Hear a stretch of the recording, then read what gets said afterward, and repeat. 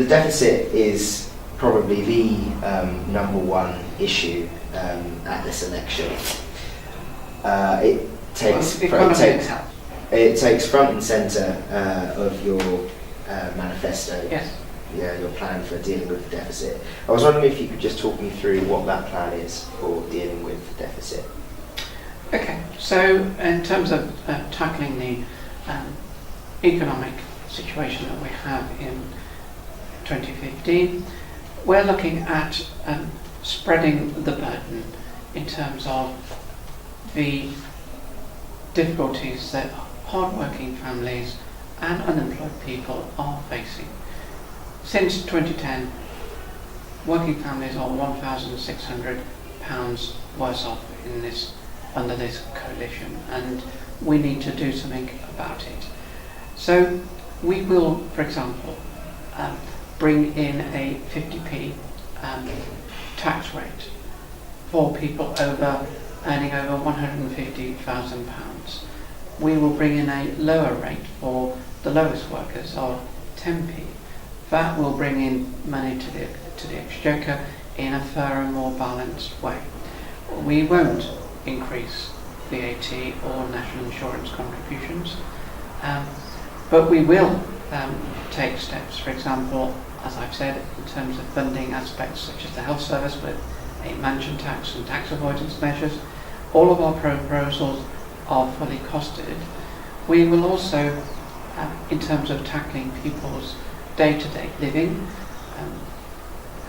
an example would be gas and electricity bills. We have seen those increase quite significantly, even though wholesale gas and electricity prices have fallen, and those falls haven't actually been passed on to customers.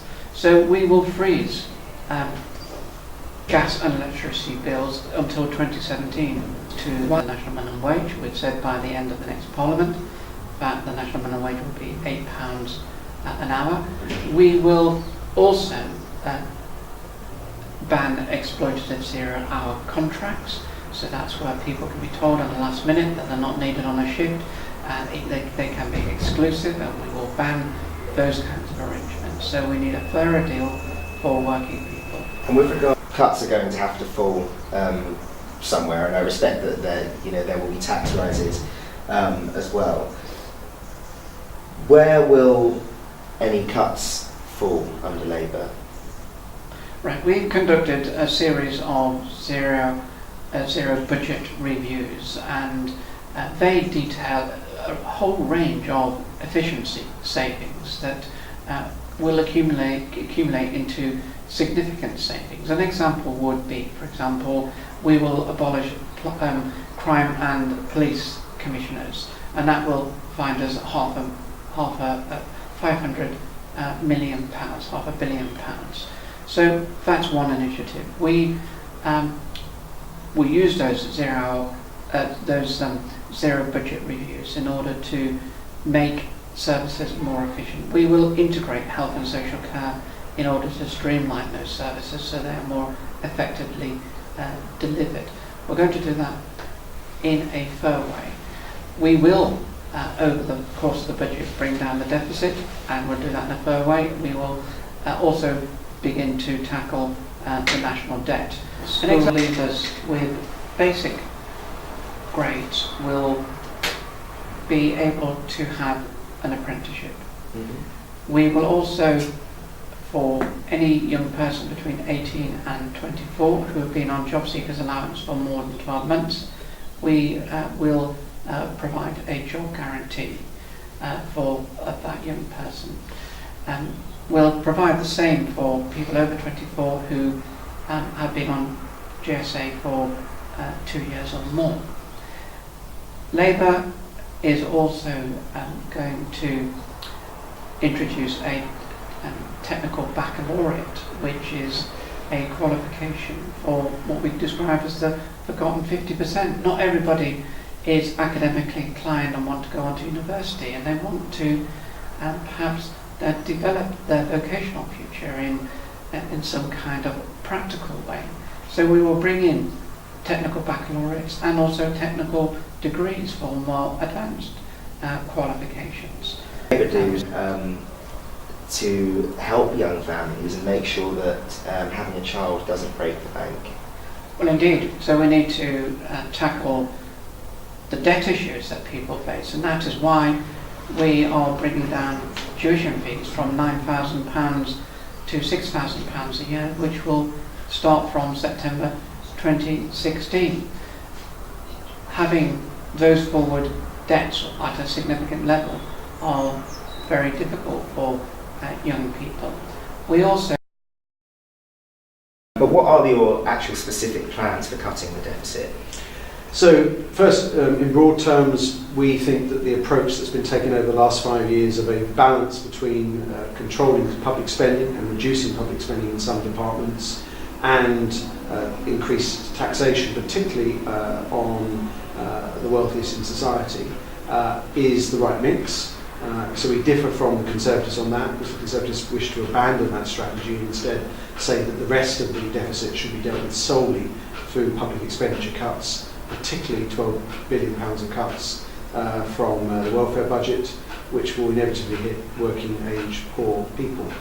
We don't agree with that, so we will continue with the mix of controlling public expenditure and tax changes. So for example, when it comes to funding our commitments around the National Health Service, we've indicated that we will remove a number of reliefs that currently exist for capital gains. We'll scrap the Shares for Rights scheme. And when it comes to taxation, one of the things that we've started in this Parliament but we need to go further on is the extent to which tax is evaded in this country. And we intend to continue to support the Majesty's Revenue and Customs with the resources to pursue them.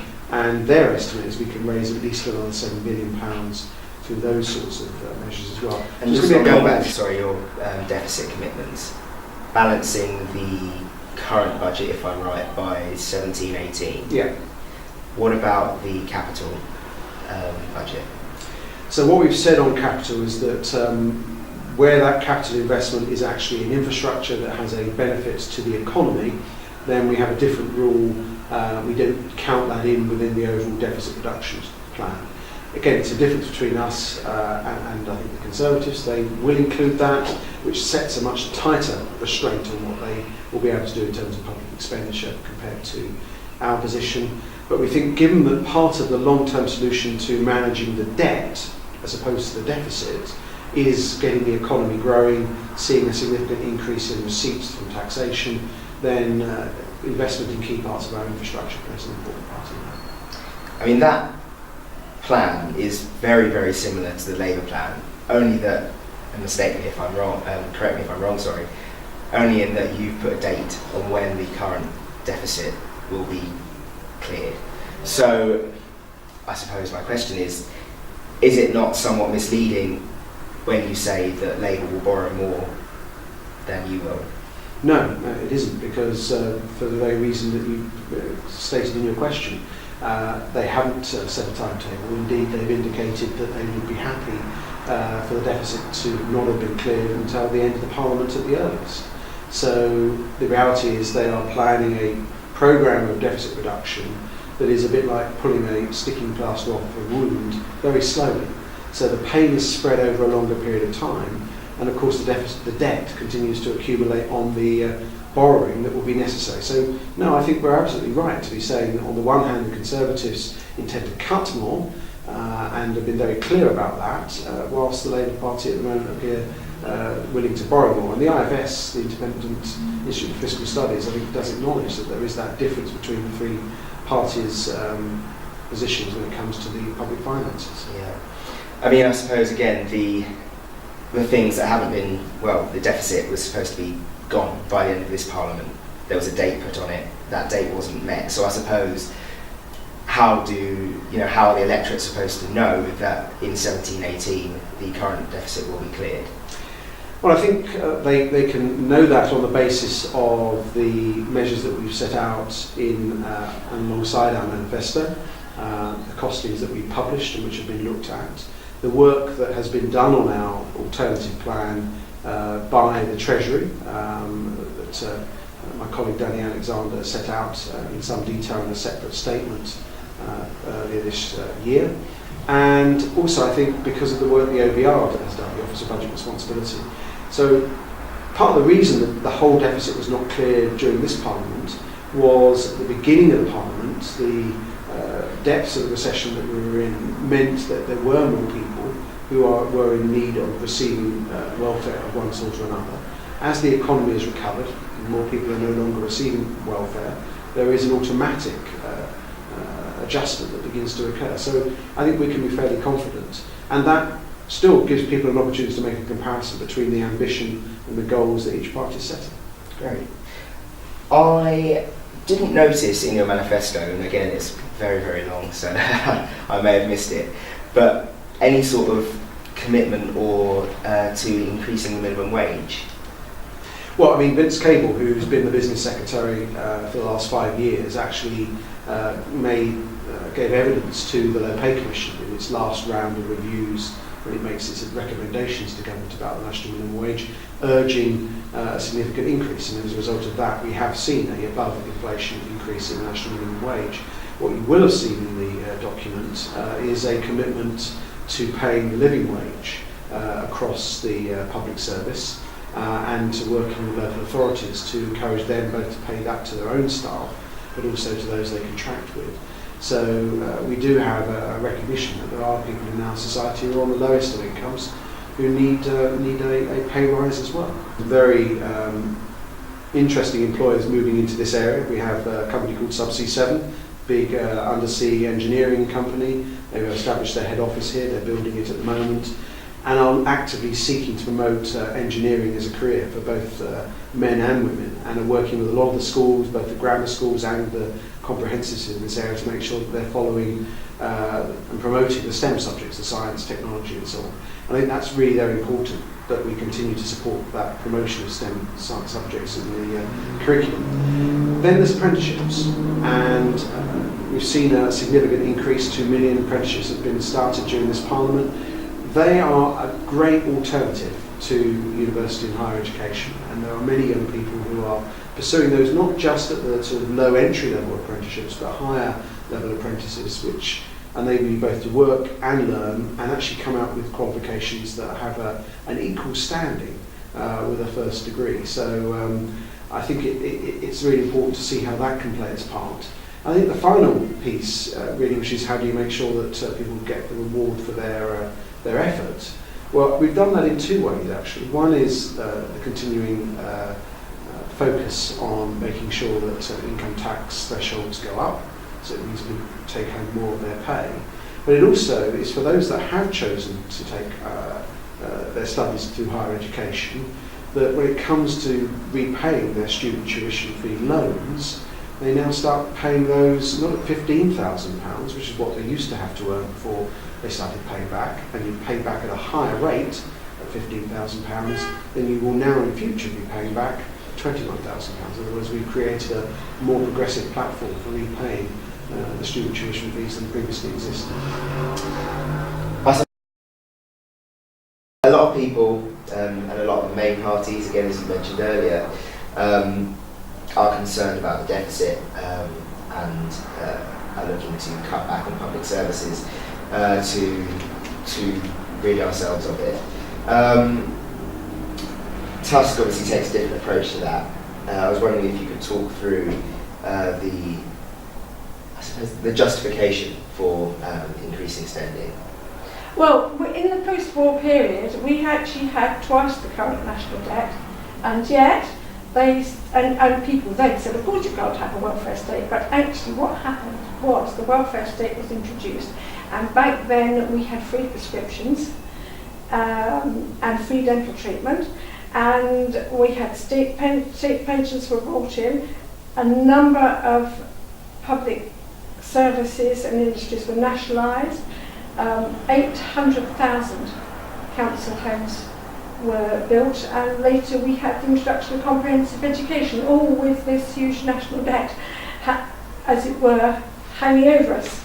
And all of that led to economic growth. So there's absolutely no reason why some of it couldn't be paid off anyway. Some of it couldn't actually be defaulted on because it's a debt to big corporations and big companies and very wealthy people who just do not need that money back.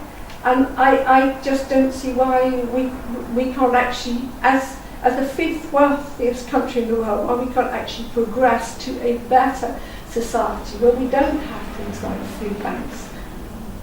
Just to clarify, so there's no, still having a huge deficit and a national debt of 1.3 trillion pounds or whatever it is, however large it is.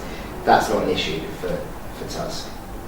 Of course, it is an issue, but I don't think it justifies austerity or cuts and the sort of policies that are actually being pursued. We're a wealthy country. That wealth should not be channeled into paying off interest. Many people, yourself included, who will be making the decisions potentially to not cut the debt, won't be around when myself and my children and my children's children potentially have to pay it off. And what would you say to young people to justify why there can be increases in spending? This is not about increasing the national debt.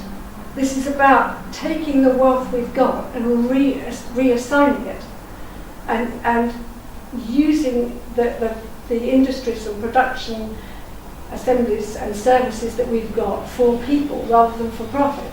It's not about public ownership is a big part of your manifesto, and I think it's actually quite popular as well. People like the idea of particularly rail transport. People quite like the idea of renationalising it.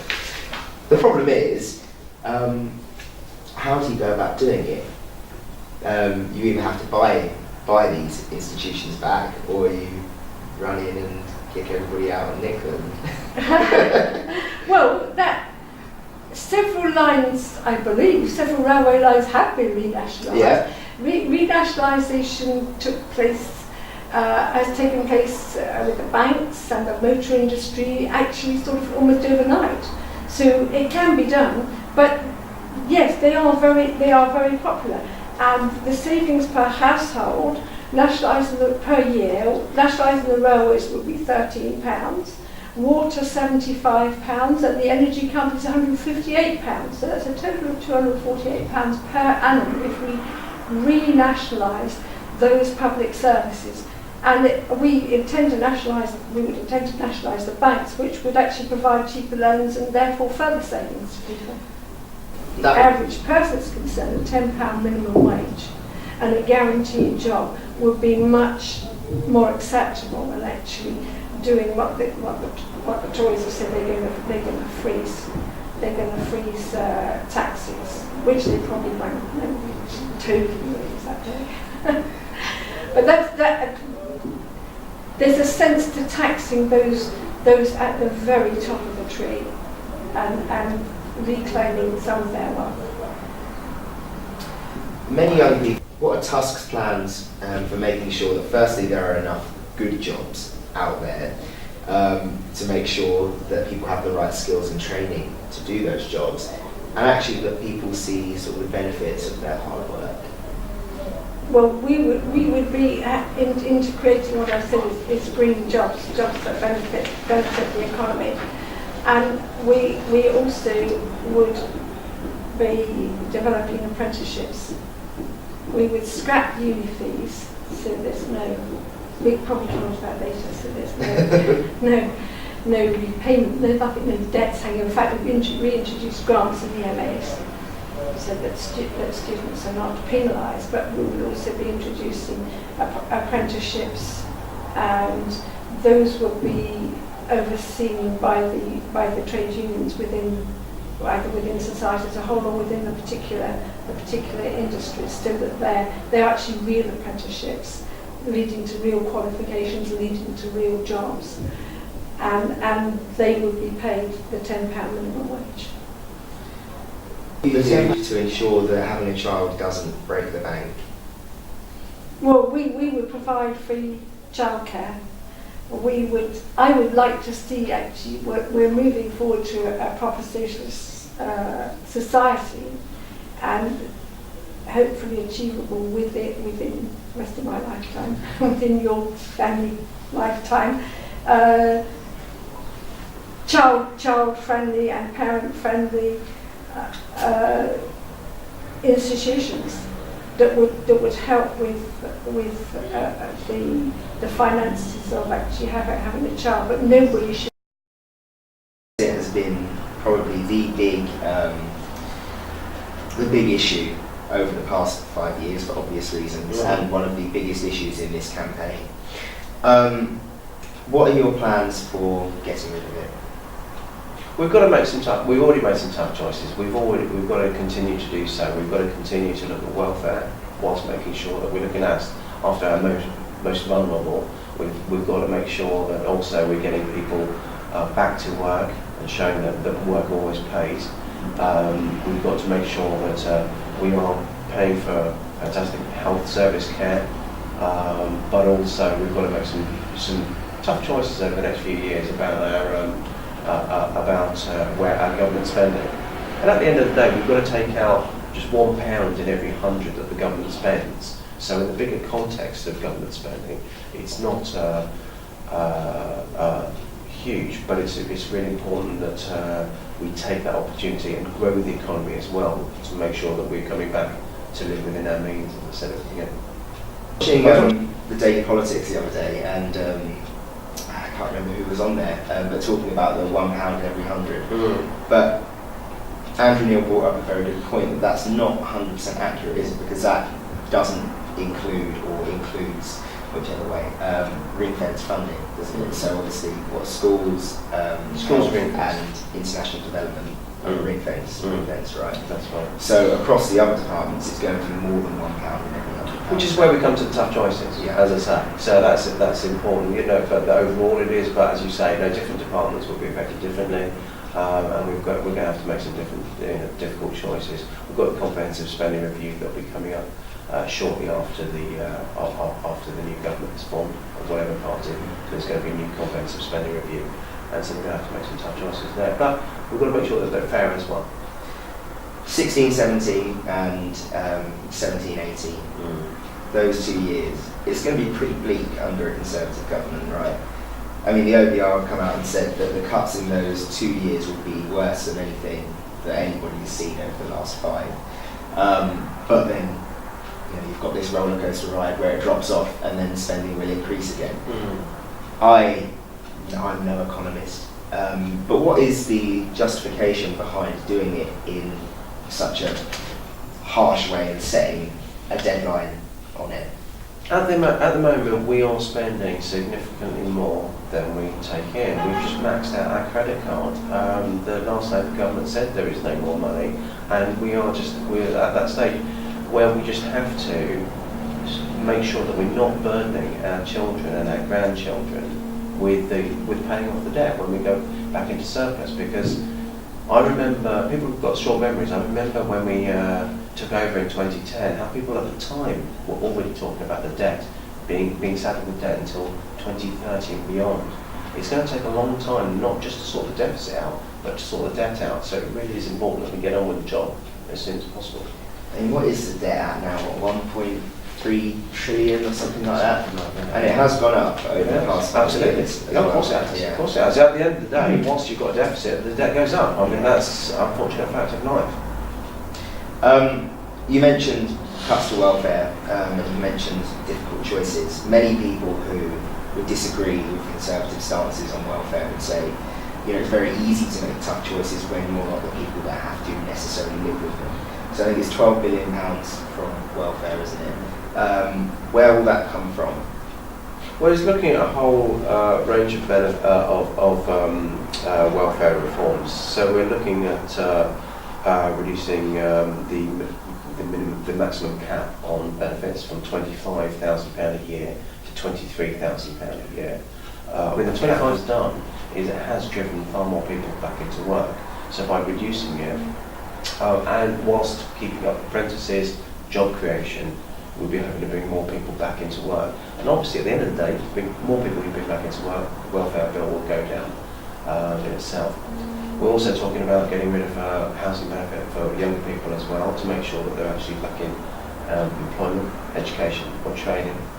And if they're not in one of those after a few months, then getting them out playing an active role in the community, which actually gives them something in the CV. And it comes back to something I've been talking about making sure that they've got the skills that employers are looking for, so that they're active members of the community that the prospective employers can see they actually have a good bet to take on. So governments don't create jobs unless you're inflating the public sector. Basically, governments can create the atmosphere. They can create the tax regimes, the support networks for business and these kind of things to make sure, because it's private industry, small businesses just as much as big business that will actually create the jobs. I was in Cheam the other day when I had a journalist with me and just totally unprompted a shop saying actually we've benefited from the employment allowance, which is the cut in national insurance for taking people on, which has allowed us to take the gamble on during the recession of taking on an extra person, and that's been brilliant for them. So it's things like that, offering the support, reduction of business rates, we've got the lowest corporation tax, these kind of things. It's those kind of support measures that will help business create the jobs. But it's also about making sure that we're investing in apprenticeship schemes as well, for people to actually get a meaningful level of training, on-the-job training, what they can be earning at the same time. And making sure they'll see the benefits of their work. I know there are some tax changes that have gone through in this on Lib Dem policies, but still. We are looking at taking the lowest out of tax still further to push that up to £12,000. The first £12,000 won't be taxed, and just as importantly as well, because we were talking about difficult choices and how different groups have been affected, making sure that the 40% tax rate doesn't kick in until £50,000 worth of salary as well. Because that originally, when that came in, that was supposed to take the very small percentage of the richest people. It's now taking in teachers, nurses, and these kind of people who consider themselves as not brilliantly paid, but middle income people. Where I was probably people at the latter ages in that bracket may be planning on starting a family over the next Parliament. Childcare is very expensive. I don't have a child myself, but I know it's very, very expensive. What are the plans over the next 5 years to bring down that burden?